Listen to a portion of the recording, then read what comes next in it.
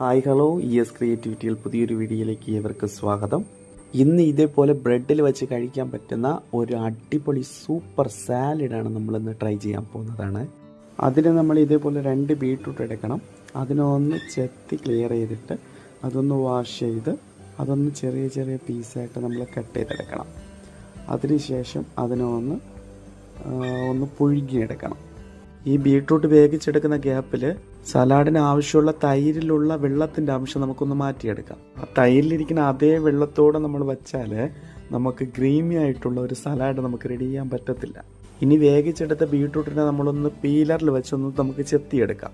ഇനിയൊരു mixing bowl എടുത്തിട്ട് നമ്മൾ ഡ്രൈ ചെയ്യാൻ വെച്ച തൈരിനെ ആഡ് ചെയ്ത് കൊടുക്കാം. പിന്നെ ബീട്രൂട്ടിനെ നമുക്ക് ആഡ് ചെയ്ത് കൊടുത്ത് ഒന്ന് മിക്സ് ചെയ്തെടുക്കാം. ടേസ്റ്റിന് ആവശ്യമുള്ള ഉപ്പിട്ട് കൊടുക്കാം. കുറേ എരിവിന് കുറച്ച് കുരുമുളക് പൊടി നമുക്ക് ആഡ് ചെയ്ത് കൊടുക്കാം.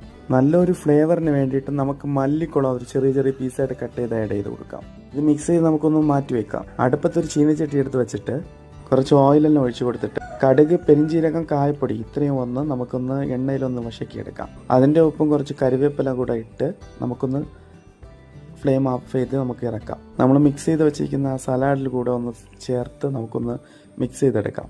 ഇനി വേറെ ഒന്നുമില്ല മക്കളെ, നമ്മൾ റെഡി ചെയ്ത സലാഡ് നമുക്ക് റെഡി ആയിട്ടുണ്ട്. അടിപൊളി ടേസ്റ്റാണ്. നിങ്ങൾ ട്രൈ ചെയ്തിട്ട് നിങ്ങളുടെ അഭിപ്രായങ്ങളെ കമൻറ്റ് ചെയ്യുക. ലൈക്ക് ചെയ്യാനും ഷെയർ ചെയ്യാനും സബ്സ്ക്രൈബ് ചെയ്യാനും മറക്കല്ല. പിന്നെ ഒരു വീഡിയോ ഇട്ട്